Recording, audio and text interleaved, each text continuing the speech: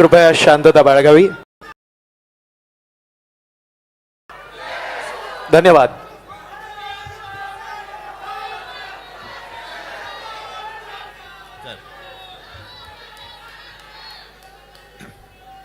जमलेल्या माझ्या तमाम हिंदू बांधवांनो, भगिनींनो आणि मातांनो,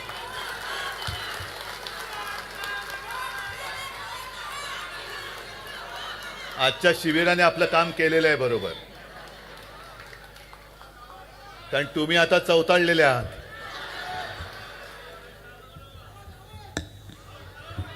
आवाज येतोय? मी आपला आवाज दिल्लीच्या कानाचे पडदे फाडून टाकणार आहे. पहिल्या प्रथम मी दोन्ही राऊत बंधू संजय, सुनील, नंतर आपले रमेश आहेत, सुरेश आहेत आणि तुम्हा सर्व शिवसैनिकांना मनापासून धन्यवाद देतोय. दिशा कोणती कल्पना नाही, पण पाऊल पुढे टाकण्याची हिंमत तुम्ही दाखवलीत. आणि साहजिकच आहे, शिवसेना प्रमुखांच्या तालमीत आपण सगळे तयार झालो आहोत. शिवसेना प्रमुख नेहमी म्हणायचे, मी म्हणेन ती पूर्व. आणि त्याच दिशेने आपण केवळ आपल्यालाच नाही तर आपल्या राज्याला आणि देशाला न्यायचंय. अनेक चांगले विषय आजच्या दिवसभराच्या शिबिरात झालेत आणि शिबिर हे असंच असलं पाहिजे. प्रत्येकाला कळलं पाहिजे की मी काय करायचं. कारण जाहीर सभेतली भाषणं असतात, उत्साह असतो, जोश असतो, पण नेमकं करायचं काय हे सांगितलं गेलं पाहिजे.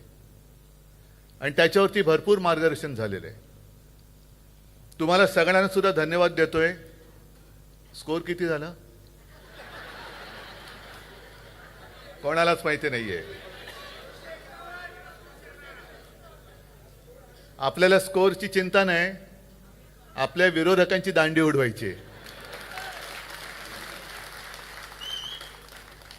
आणि ही मॅच म्हणजे सहज या मॅचच्या निमित्ताने आठवलं म्हणून बोलतोय, दुबईमध्ये सुरू आहे. टीव्हीवरती बघायला काय हरकत नाही, दुबईत जायला सुद्धा काय हरकत नाही.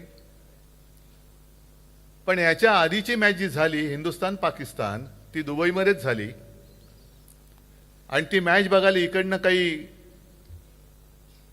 तथाकथित बाळासाहेबांचे विचार मानणाऱ्यांची कार्टी गेली होती. निर्लज्जपणाने फोटो सुद्धा टाकलेले त्यांच्या इंस्टाग्रामवरती आहे. मला वाटतं अनुराग ठाकूर त्या पाकिस्तानी खेळाडूच्या बाजूला बसलेत. त्याच्यानंतर आपल्या महान घराणेशाही अजिबात नाही, पण अगदी डॉन ब्रॅडमनला ज्यांनी शिकवलं, सुनील गावस्करना शिकवलं, विराट कोहलीना शिकवलं, ते सन्माननीय जय शहा.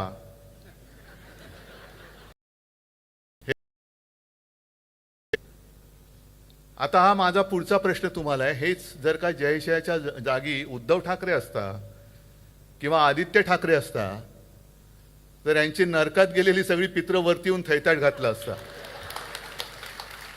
बरोबर ना? कारण स्वर्गात पुण्यात्मे असतात ते स्वर्गात जातात, यांचे कुठे पुण्यात्मे नरकात गेलेत. पण एक फेक नॅरेटिव्ह जो हा विषय ना तो हाच आहे. नेमकं आपण कोणत्या दिशेने चाललोय हेच कोणाला कळत नाहीये. आणि म्हणून मी मगाशी संजय बोललो आणि ज्याचा तुम्ही उल्लेख केला की भाजपा हिंदुत्ववादी, भाजपा देशप्रेमी आहे. हे एका बाजूला आपल्या देशाबरोबर सरळ वागत नाही, तोपर्यंत हिंदुस्थान पाकिस्तान बरोबर कोणतेही अगदी खेळाचे जरी असले तरी संबंध ठेवणार नाही हे बोलायचं. सुषमा स्वराज तेव्हा बोलत होत्या. हिंदुत्ववादी म्हटल्यानंतर ज्या बांगलादेशमध्ये हिंदूंचा अनन्वित छळ होतोय, आता तिथल्या बातम्या येणं बंद झाले. त्या बांगलादेश बरोबर क्रिकेटची मॅच खेळायची, पाकिस्तान बरोबर क्रिकेटची मॅच खेळायची, आणि आम्हाला तुम्ही हिंदुत्व आणि दुर्दैव काय झाले की ज्यांचा स्वातंत्र्य लढ्याशी सुतराम संबंध नव्हता आणि त्यांच्या हातामध्ये देशाची सूत्र गेलेत. कसं कळणार त्यांना स्वातंत्र्याचं महत्त्व? लढलेच नाही मुळामध्ये. म्हणजे यांचं कसं, म्हणजे एक 4 दिवसापूर्वी संजय सुनील तो आपल्या कार्यकर्त्यांचा एक व्हिडिओ मला दिसला. आजच्या शिबिराचा मेनू काय? वरण भात भाजी पोळी. अरे म्हटलं चिंतन शिबिर आहे की निर्धार शिबिर आहे? हे शिवसेनेच्या शिबिरामध्ये पोळी भाजी. आपण सेफ राहायचं. म्हणजे पु ल देशपांडेंनी जे काही लिहून ठेवलंय त्याच्यात एक मी वाचला तर पूर्ण काय आठवत नाही, पण त्यांनी असं सांगितलं की पूर्वीची जी काय मुंबई होती, पु ल मला वाटतं पार्ल्याला राहायचे आणि पार्ल्याच्या त्यावेळेच्या गल्ल्या बैठे काही बंगले आणि कदाचित ते 62 सालचं वगैरे असेल युद्ध सुरू होतं आणि पुलंनी असं लिहिलंय की एक 2-5 मित्र गल्ल्या होत्या आणि त्या बघितलं इकडे इकडे कोणच नाही. मग पुढचा प्रश्न आला, शत्रू की मित्र? आणि सांगितलं शत्रू. मग पुढचा आला एक 2 सेकंदांनी, ठीक आहे मग जा. तर म्हणाल ते कोण होते? हे तथाकथित काठ्या घेऊन गच्चीमध्ये देशाचं रक्षण करणारे तथाकथित हिंदुत्ववादी होते. म्हणजे कोण? RSS वाले. हे गच्चीतल्या गच्चीत काठे घेऊन बसतात. कापडे वाळत घालायला ठीक आहे हो. पाकिस्तानबरोबर युद्ध करताना स्वतःच्या गच्चीतनं लाठ्या काठ्या घेऊन देशाचं रक्षण आणि देशप्रेम शिकवणारी ही लोक आज देश चालवत आहेत. हे फेक नरेटिव्ह नाही तर दुसरं काय? मला काही जणांनी प्रश्न विचारला, काही म्हणजे कोण? हे गद्दार जाऊन तिकडे दाढी बुडवून आले आणि म्हणे उद्धव ठाकरे गेले नाहीत. अरे मी ठरवलं होतं, कारण काय बाकीचं सगळं ठीक आहे, पण आम्ही मोहनराव भागवतांचे फॉलोअर आहोत ना रे. आणि आपण ठरवलं होतं की नाही? मी तुम्हाला सांगितलं होतं की नाही की मोहन भागवत गेले रे गेले की आपण त्यांच्या पाठोपाठ जाऊन ते मारतील तिथे डुबकी मारायची. पण तेच नाही गेले तर मी कसं जाणार? मी नाही गेलो, तुम्ही कसे जाणार? स्वतः लोका सांगे ब्रह्मज्ञान, स्वतः कोरडे पाषाण, हे ठणठणीत, आणि लोकांना सांगते डुबक्या मारा. हे असं यांचं सगळं भाकड तत्वज्ञान आहे. ज्याप्रमाणे यांचा स्वातंत्र्य लढ्याशी, देशाच्या स्वातंत्र्य लढ्याशी काही संबंध नव्हता, तसाच यांचा संयुक्त महाराष्ट्राच्या लढ्याशी सुद्धा सुतराम संबंध नव्हता. आणि ही गोष्ट 400-500 वर्षापूर्वीची नाही, आत्ताच्या 60-65 वर्षापूर्वीची आहे. जे परवा येऊन गेले ना इकडे, अनाजी पंत जोशी घाटकोपरमध्ये बडबडून गेले की घाटकोपरची भाषा ही गुजराती आहे. अहो तुमच्या बापांनी नाही दिली आम्हाला मुंबई. मुंबई मराठी माणसांनी लढून बलिदान करून मिळवलेली आहे. त्याच्यामुळे आम्हाला शिकवायला जाऊ नका. त्यावेळेला संयुक्त महाराष्ट्र जागा वाटपावरनं फोडणारी ही अवलाद जनसंघाची, हिला ना मुंबईबद्दल, मराठी भाषेबद्दल काही प्रेम आहे, ना देशाबद्दल काही प्रेम आहे. आता अधिवेशन सुरू आहे. देवेंद्र फडणवीस काल परवाकडे बोलले, काय कशाचा काय संबंध? कामांना स्थगिती द्यायला मी काय उद्धव ठाकरे आहे का? अहो तुम्ही उद्धव ठाकरे होऊच शकत नाही. हेच तर तुमचं दुःख आहे. कारण नुसतं माझ्या राज्याचं नुकसान होऊन मालकाच्या मित्राच्या खिसे भरणाऱ्या कामांना नुसती स्थगिती नाही तर ठामपणे नकार दिला तिकडे उद्धव ठाकरे पाहिजे. ते देवेंद्र फडणवीस सारख्या येरागडबडचं काम नाही येते. आणि देवेंद्रजी, तुम्हाला उद्धव ठाकरे व्हायचं असेल तर उद्या अर्थसंकल्प जाहीर होतोय.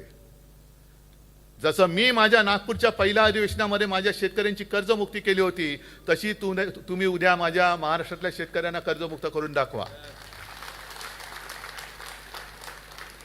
मी माझ्या वचननाम्यातलं पहिलं वचन गोरगरिबांना 10 रुपयामध्ये शिवभोजन हे माझ्या नागपूरच्या पहिल्या अधिवेशनात जाहीर केलं होतं. तुम्ही माझ्या महाराष्ट्रातल्या माता भगिनींना 2100 रुपये उद्याच्या अर्थसंकल्पात जाहीर करून दाखवा आणि मग माझ्याशी बरोबरी करा. मी कोणत्या कामाला स्थगिती दिली होती? जरूर दिली होती. आरे कॉलनीमधल्या त्या वृक्षतोडीला मी जरूर स्थगिती दिली होती आणि सरकार राहिलं असतं तर तुम्ही रद्द करून कांजूरला आता तुम्ही ज्या अडाणीच्या घशामध्ये जी जागा घातले तिकडे कांजूर मार्गला माझ्या मेट्रोचं स्टेशन करून दाखवलं असतं. पण सगळं काही उचलून तुम्ही गुजरातला पळून नेताय. तुमचे मालक तिकडे बसलेत. आमचं गुजरात्यांबद्दल काही भांडण नाहीये. पण ही लोक येऊन आता तो जो काही भाषिक प्रांतवाद करतायत, म्हणजे देशाला स्वातंत्र्य मिळाल्यानंतर भाषावर प्रांतरचना झाली. गुजराती लोकांना गुजरात मिळालं, त्यांना त्यांची राजधानी मिळाली. उत्तर प्रदेशमध्ये तसाच मध्य प्रदेश तयार झाला, उत्तर प्रदेश तयार झाला, बिहार झाला, सगळे प्रदेश तयार झाले. त्यांना त्यांची भाषा आणि त्यांची राजधानी मिळाली. मराठी माणूस म्हटल्यानंतर मराठी माणसाला कोणी किंमतच देत नाही. मराठी मराठी काय करेल मराठी? कारण हे असे गद्दार आहेत. मराठी माणूसच मराठी माणसाचा घात करतो. म्हणून ती जी काय खेकड्याची गोष्ट आहे की इतर सगळ्या माशांच्या टोपलीवरती कव्हर टाकतात पण खेकड्याच्या टोपलीवरती नाही का? कारण तेच एकमेकाचे पाय खेचतात. तसंच गत दुर्दैवाने आपली झालेली आहे. कधीतरी आपण ह्या आपली जी काय प्रवृत्ती आहे ती तोडून आपण सगळ्यांच्या पुढे जाऊ शकणार आहोत की नाही हे या शिबिरात काय ठरवणार असाल तर तुम्ही निर्धार करा. किती दिवस बसायचंय? हिंदुत्व हिंदुत्व आहेच ना. पण शिवसेना प्रमुखांनी जे सांगितलं होतं की मी महाराष्ट्रामध्ये मराठी आहे आणि देशामध्ये मी हिंदू आहे, असेल मी गुजरातमध्ये गुजराती आहे पण देशामध्ये मी हिंदू आहे, बिहारमध्ये बिहारी आहे पण देशामध्ये मी हिंदू आहे, ही आमची हिंदुत्वाची व्याख्या आहे. आज संपूर्णपणे तुम्ही नासून टाकताय हिंदुत्व हिंदुत्व. जय श्रीराम. अहो जय श्रीराम आम्ही सुद्धा म्हणतो, पण आम्हाला भाजपा मुक्त राम पाहिजे. हा राम तुम्ही तुमचा त्याच्यावरती शिक्का उमटू शकत नाही. राम आमचा सुद्धा आहे. आणि म्हणूनच मी माझ्या शिवसेनेच्या वचननाम्यामध्ये जे एक वचन दिलं होतं पुन्हा मी करणारच. राज्य तर आपण आणणारच. हे असं तसं नाही मी सोडणार यांना. असं तसं सोडणार नाही. आपलं सरकार आल्यानंतर प्रत्येक जिल्ह्यात मी आपल्या दैवताचं छत्रपती शिवाजी महाराजांचं मंदिर उभारून दाखवणार म्हणजे दाखवणारच. आम्ही जय श्रीराम बोलोच, पण त्यांना तुम्हाला सुद्धा भाजपवाल्यानो जय शिवराय जय शिवाजी जय भावनी बोलायला लावलंच पाहिजे आणि ते तुम्हाला आम्ही लावूच. जर तुम्हाला कोणी बोललं जय श्रीराम ठीक आहे जय श्रीराम पण जय शिवाजी जय भावनी पण बोल, तोपर्यंत त्याला सोडू नका. सोडू नका त्याला. तुम्ही आता आम्हाला दैवतावरून भांडणं लावायला निघालात. आजपर्यंत या मुंबईमध्ये जेवढी जेवढी संकट आली, नैसर्गिक आपत्ती असेल, अतिरेक्यांचा हल्ला असेल, स्वतःच्या प्राण्याची पर्वा न करता त्या संकटात उडी मारून जीव वाचवणारा माझा शिवसैनिक आहे. गोमूत्राची बाटली हलवणारा आरएसएसचा किंवा भाजप, हे जे शिवसेना प्रमुखांचं मगाशी भाषण दाखवलं ना तेच आंग आपल्या अंगामध्ये पाहिजे. का पाहिजे? परत शिवसेना प्रमुखांचं भाषण तुम्हाला दिलंय ना तुम्हाला त्यांनी. आपल्यावरती काय आपण आपल्याला काय दडण ती काय अशीच नुसती काय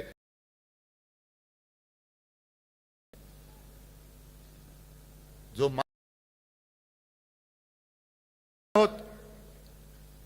आणि माझे आजूबाजू बोलायचे की देव देव काय देव नाही तर तो धोंडा आहे. आम्ही धोंडे आहोतच. जो कोणी आमच्या महाराष्ट्राच्या मुळावर येईल त्याचा कपाळ मोक्ष करण्याची ताकद आमच्या या सगळ्या मराठी मनामध्ये आहे. आणि मग अशा वेळेला त्या ज्या काय कवितेच्या ओळी आहेत, माझ्या मना बन दगड दगड बनवून आपण यांना सामोरं गेलं पाहिजे, हे सगळे आपल्याला पिळवटून टाकतायत. अगदी म्हणजे त्यांची ज्या दिशेने वाटचाल सुरू आहे. आता संजय तुम्ही जे सांगितलं, जसं पुतिन जिंकला, हिटलर सुद्धा जिंकला होता. हिटलरचा जर का तुम्ही इतिहास पाहिला तर हिटलरला सुद्धा 90%, 95%, 97% मतं मिळाली होती. पुतिनला सुद्धा आता अलीकडच्या काळामध्ये बहुमत मिळालेलं आहे. आणि तसंच ह्यांना बहुमत मिळतंय. हे बहुमत खरं मत नाहीये.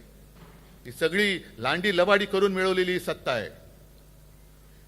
जर कोणी अगदी आहेत ना, मी तुम्हाला मगाशी संबोधित करताना हिंदू बांधवांनो, भगिनींनो आणि मातांनो म्हणलो, पण इकडे काही मुस्लिम असतील, काही ख्रिश्चन असतील, पण ठीक आहे, आपल्यासोबत आले ज्यांना आपलं हिंदुत्व मान्य आहे, कारण आपलं हिंदुत्व हे देशप्रेमाशी निगडीत आहे, ते ज्यांना मान्य आहे, तो मुस्लिम असला तरी आमचा आहे, मी जाहीर सांगतो. यांच्यासारखं माझं हिंदुत्व नाही आहे की इकडे पाकिस्तानचा निषेध करायचा आणि तिकडे जाऊन दुबईमध्ये जाऊन हिंदुस्थान पाकिस्तानची क्रिकेट मॅच बघत बसायचं त्या पाकिस्तानी माणसाबरोबर. हे आमचं हिंदुत्व नाही आहे. ही थेरं मला बाळासाहेबांनी शिकवलेली नाही आहेत.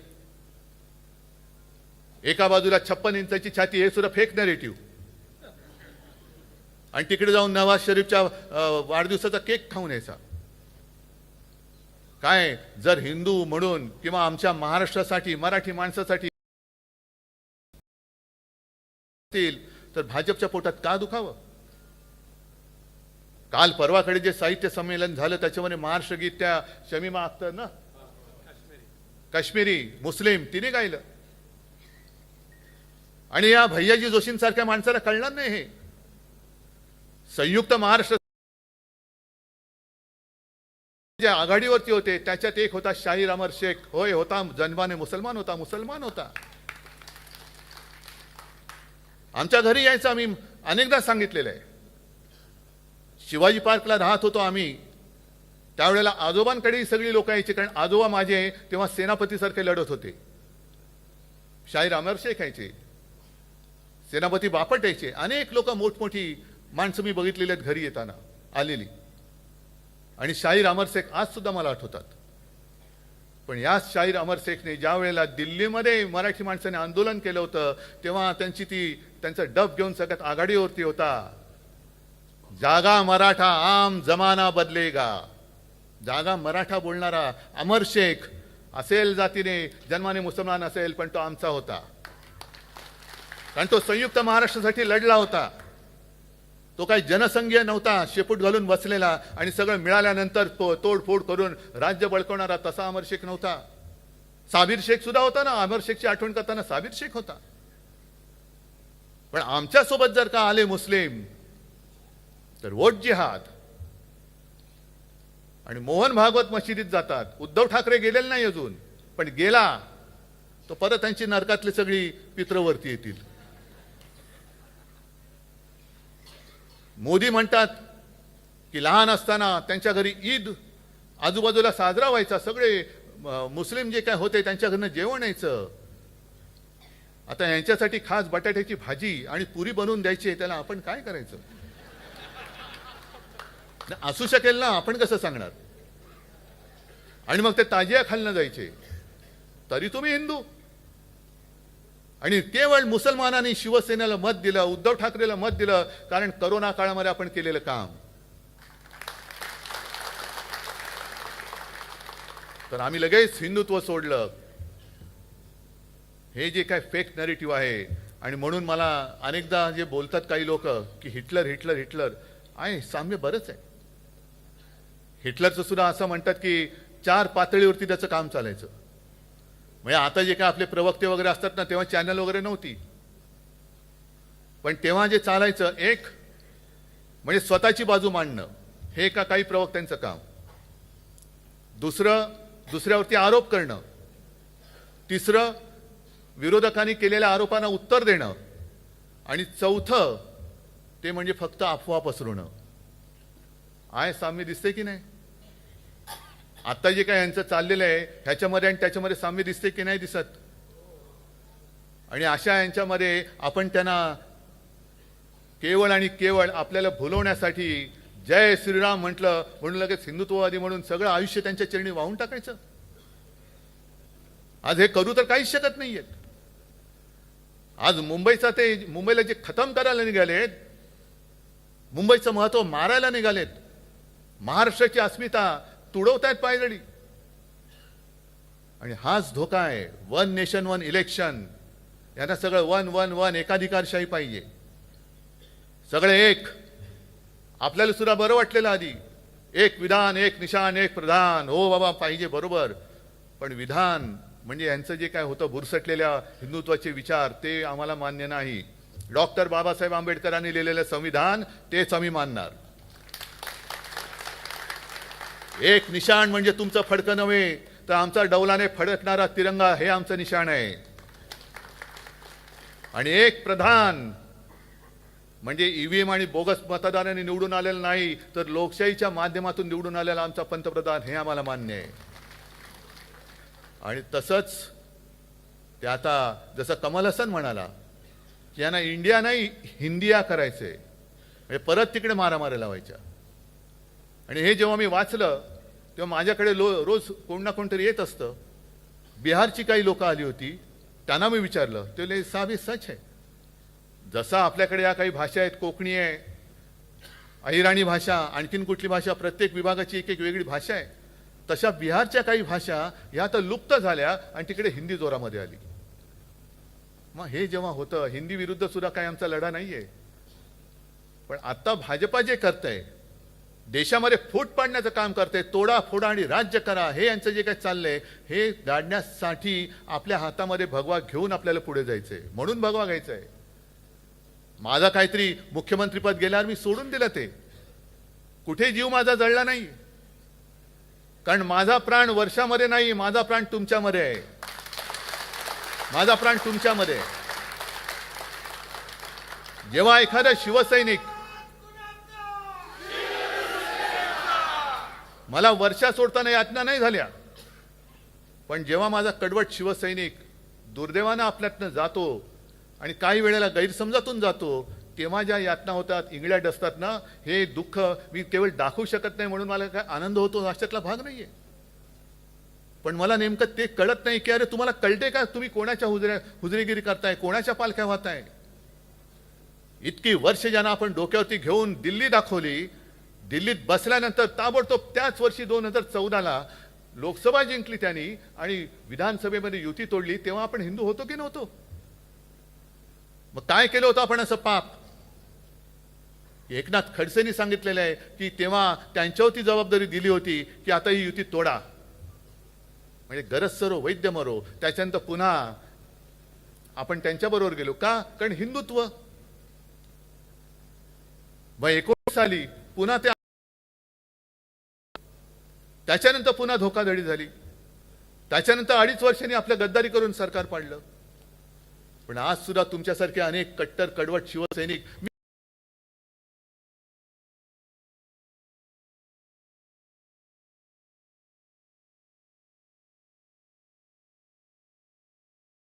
माझ्या हातामध्ये, तरी सुद्धा तुम्ही माझ्या सोबत राहिलात,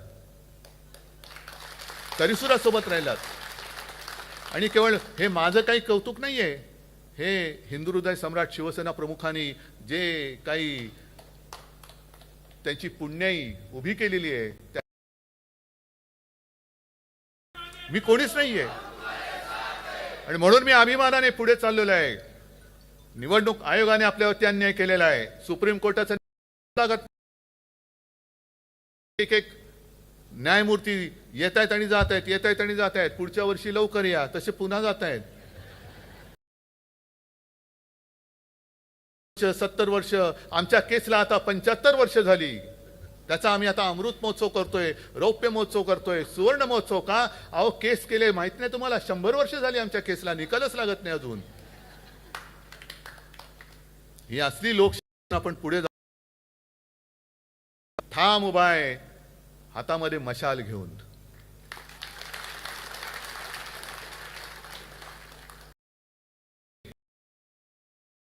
तरुणी म्हणजे नाव चोरलं, पक्ष चोरला, वडील चोरले, कारण वडिलांचा पत्ता नाही यांच्या,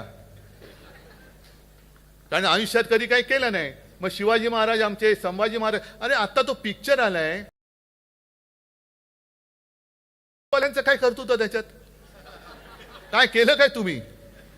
हा, जशी इतर लोक बघतायत पिक्चर, तसं तुम्ही पिक्चर बघताय. हा, अनाजी पंतांचं काय बघायचं असेल म्हणून जात असाल तर जरूर जा, की बरोबर त्यांची परंपरा चालवतोय की नाही, भगव्याला डाग लावतोय की नाही, भगव्यात फूट पाडतोय की नाही. म्हणून मी या गद्दारांना सांगतोय की जसं मी माझ्या वडिलांचं नाव अभिमानाने लावतोय, शिवसेना उद्धव बाळासाहेब ठाकरे, तसं गद्दारांनी शिवसेना अमित शहा म्हणून लावावं. नाही तर शिवसेना अदानी म्हणून लावावं, कारण त्यांच्यासाठी काम चाललेलं आहे. ही केवळ आपण जिंकण्याची लढाई नाहीये, तर कशावरती विजय मिळवायचा हे पहिले ठरवा. निवडणुका येतात आणि जातात. विजय होतो, पराभव होतो, परत विजय होतो. अगदी आजच्या शिबिराने मला 2000 साली अमरावतीला जे शिबिर घेतलं होतं त्याची आठवण झाली. कारण 99 साली आपल्याला वाटलं होतं आपण जिंकणार, 95 साली सरकार आलेलं, 99ला तर नक्की येणार, पण नाही आलं सरकार. सगळं चिडीत चूप. कसं झालं. आपल्याला हा एक थोडासा नाही म्हटलं तरी प्रॉब्लेम आहे. आपण जोशात असतो, पण जरा कुठे खुट झालं की सगळा जोश जातो आणि अरे काय झालं, काय संपत नाही हो. पाऊस पडत असतो, मध्ये दुष्काळ येत असतो, पुन्हा पाऊस येतो, पुन्हा कोंब येतात. तशी माझी शिवसेना आहे. वाटत असेल कोणाला दुष्काळ, पण बीज पेरली गेलेली आहेत. ती त्या बीजापर्यंत, त्या मुळापर्यंत कोणी पोहोचू शकत नाही. त्या 99 साली सुद्धा अमरावतीला आपण शिबिर घेतलं आणि त्याच्यानंतर पुन्हा नवे धुमारे फुटले आणि मग पुन्हा नवीन वाटचाल सुरू झाली. तशीच आजची पुन्हा नवी वाटचाल आहे. तशीच ही पुन्हा वाटचाल करायची. फक्त तुम्हाला सगळ्यांना एक ठरवावं लागेल. आज तुम्ही जिद्दीने इकडे आलेला आहात. संजय, मगाशी तुम्ही जे बोललात ते खरं आहे. लोकसभा निवडणुकीमध्ये आपण त्यांचं अश्वमेधाचं गाढव अडवलं होतं. महाराष्ट्राने अडवलं. अभिमान वाटतो मला तुमचा. या ईशान्य मुंबईमधनं सुद्धा त्यांची मक्तेदारी आपण मोडून टाकली लोकसभेमध्ये. मला अभिमान आहे तुमचा. पण लोकसभा निवडणूक आणि विधानसभा निवडणुकीत एक नक्की मान्य केलं पाहिजे की आपण गाफील राहिलो. लोकसभेला आपल्याला जिंकायचंच आहे म्हणून लढलो, त्वेषाने लढलो. आणि ती महायुती लोकसभेला आपण जिंकणार कारण मोदीजी आहेत. लोकसभेनंतर विधानसभा आली. मधल्या काळात हे सगळे घुसवाघुसवीचे प्रकार झाले मतदारांचे. आपण ज्या मानसिकतेत होतो की आम्हाला जिंकायचंच आहे, त्या मानसिकतेत महायुती होती आणि आम्ही सुद्धा जॅकेट बिकेट शिवून तयार होते की बस आता जिंकलोच आणि मी घोड्यावर बसणार, जाणार विधानसभेत. म्हणजे त्या निकालानंतर मला काही जणांनी जे सांगितलं, काँग्रेसवाले आले, राष्ट्रवादीवाले काही आले आणि मला म्हणाले, उद्धवजी एक चूक जी झाली ती झाली. ते नाव जाहीर करायचं वगैरे म्हटलं ते सोडून द्या, त्याचा आता इतिहास झाला. पण त्यांनी सांगितलं ते फार महत्वाचं होतं की विधानसभा निवडणुकीत पाठमारीमध्ये आपणच मारून टाकलं. हे खरं आहे. आपण काय करत गेलो, तुम्ही किती देणार, एवढे, आम्ही एवढे, तुम्ही काय करणार, हे, आम्ही हे, ह्याच्यातच राहिलं. अरे पण आपण उत्तमरित्या सरकार चालवून दाखवलं. जगभरामध्ये आणीबाणी सदृश्य परिस्थिती नव्हे, आणीबाणीपेक्षा वाईट परिस्थिती होती. त्याही वेळेला आपण महाराष्ट्र थांबू दिला नव्हता. हे आपण लोकांना सांगूच शकलो नाही. आणि तेच काम नेमकं त्यांनी केलं. भ्रष्टाचाराचा काय आगडोम नुसता केला. आहे इकडे आता सूरज, आहे इकडे बसलाय, नाही घाबरला. काय खिचडी घोटाळा. अरे तुम्ही बकासुरासारखे खाताय. तुमचे हजारो कोटीचे भ्रष्टाचार आता बाहेर येत आहेत. संजय राऊतला आत टाकला होता तुरुंगात, नाही डरला. एक तर मला वाटतं घाबरून संजयला त्यांनी सोडून दिला. जा बाबा जा, आला तू गेलास तर तिकडे बरं. काही गेले शेपट्या घालून. पण त्या सगळ्यांना तिकडे घेऊन जणू काय गंगा स्नान घातलं, जसं भाजपा स्नान घातलं त्यांनी आणि पवित्र करून टाकलं. अजितदादांना घेतले 70,000 कोटी, ह्यांना गेले एवढे हजार कोटी. हे घोटाळे कितीचे. प्रफुल्ल पटेलला धुवून स्वच्छ केला. म्हणजे हे सगळे घोटाळे हे आता तुम्हाला लोकांना सांगण्याची गरज आहे. आपण गाफील होऊन नाही चालणार. आपण केलेली कामं, मुंबईमध्ये केलेली कामं मी अभिमानाने सांगेन. जसं 2012 साली आपण फक्त 2 शब्दावरती मुंबई जिंकली होती, करून दाखवलं. आता 2017ला पण तेच केलं. आणि हा जो कोस्टल रोड आहे, देवेंद्र फडणवीसला म्हणावं, हे तुमचं नाहीये, हे कर्तृत्व माझ्या शिवसेनेचं आहे. त्याचं भूमिपूजन मी केलेलं आहे. अगदी शिवडी नावाचा जो लिंक रोड आहे तो सुद्धा जरी तुम्ही सुरू केला होता तरी त्याचा पहिला गर्डर मुख्यमंत्री म्हणून मी माझ्या हस्ते तिकडे टाकलेला आहे. कोरोना काळामध्ये मी काम बंद पडू दिलेलं नव्हतं.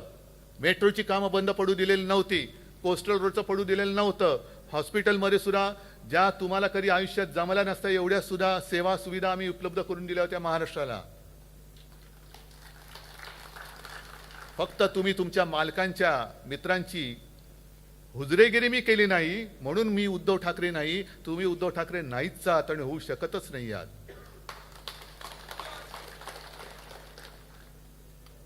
ही लढाई ही पक्षाची लढाई नाहीये, ही लढाई ही राजकीय लढाई नाहीये, ही लढाई आपल्या मातृभाषेच्या आणि माझ्या महाराष्ट्राच्या अस्मितेची आणि महाराष्ट्र धर्माच्या अस्तित्वाची लढाई आहे. आणि जसं समर्थ रामदास बोलले होते, मराठा तेथुका मेळवावा, महाराष्ट्र धर्म वाढवावा, तेच बरोबर शिवसेना प्रमुख 66 साली बोलले होते. 96 कोळी 92 कोळी, मराठा मराठेतर आहे ना ती सुरुवात, मराठा मराठेतर, 96 कोळी 92 कोळी, ब्राह्मण ब्राह्मणेतर, स्पृश्य अस्पृश्य, घाटी कोकणी, हे सर्व भेदाभेद गाडून मराठी माणसाची भक्कम एकजूट बांधा. आणि एकजूट बांधल्यानंतर निर्धार तर तुम्ही केलेलाच आहात, केलाय ना. मला तुमच्याकडनं एक शपथ पाहिजे की मुंबई महापालिकेची निवडणूक जेव्हा लागेल, कधी लावो, मी म्हणेन आत्ता घ्या. तुम्ही जिंकलायत ना, घ्या ना आत्ता. आम्ही नाही घाबरत, तुम्ही जिंकलेले का घाबरताय? आत्ता लावा, आम्ही तयार आहोत. पण तुम्ही शपथ, बटेंगे नाही कटेंगे नाही, फुटेंगे तर अजिबात नाही, बंडखोऱ्याच करायच्या नाहीत, चालणार नाहीत. कारण ही आपल्या आईच्या अस्तित्वाची लढाई आहे. आईशी बेईमानी करू नका, आईशी गद्दारी करू नका. कारण ज्या आईने आपल्याला जन्म दिला, ज्या आईने आपल्याला मोठं केलं, तिच्याशी गद्दारी करणारा कधी तिचं नाव घ्यायला लायक नसतो. म्हणून आज जसा तुम्ही लढण्याचा निर्धार केलाय, तसं आज जसं एकजुटीने इकडे आलेला आहात, निवडणुकीत सुद्धा एकजुटीने आपण पक्ष म्हणून संघटना म्हणून देईल तो उमेदवार मी निवडून आणल्याशिवाय राहणार नाही, हा एक निर्धार करा आणि कामाला लागा. जय हिंद, जय महाराष्ट्र. धन्यवाद साहेब. मी राष्ट्रगीतासाठी सर्वांना विनंती करेन की आपण